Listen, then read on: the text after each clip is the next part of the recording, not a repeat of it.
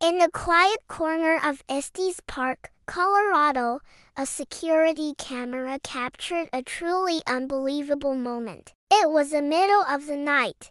Everything was still.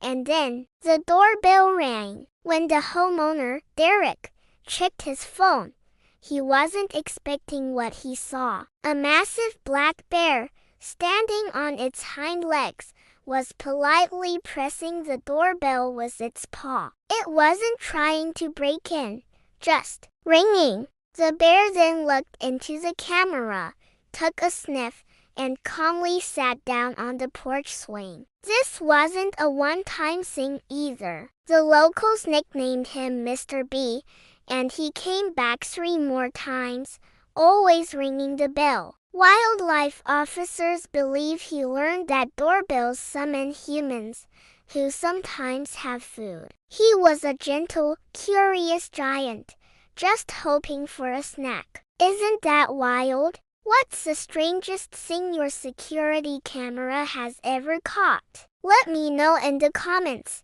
And don't forget to like and subscribe for more amazing stories.